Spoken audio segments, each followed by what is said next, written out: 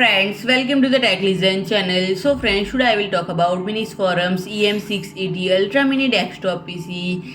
So friend, the MINISFORUM has announced a highly anticipated Mercury Series product, and friend, it is an ultra small mini PC with a volume of only 1.4 liter and weight of only 238 gram. It can be easily placed anywhere, including an desktop, handbag, or even in a jeans pocket, making it incredibly convenient for users who need to take it with them on go. And friend, it is powered by robust AMD Ryzen 7 6800U 8-core processor, which breaks the monopoly of low-performance dual-core and quad-core processor in ultra-small PC market. And friend, it allows users to easily handle everyday office tasks and light gaming, and it incorporates the Cold Wave 2.0 cooling system into the EM680, which features liquid cooling and active SSD heatsink, and this ensures that the ultra-small mini PC performs the same level as traditional thin and light business laptops.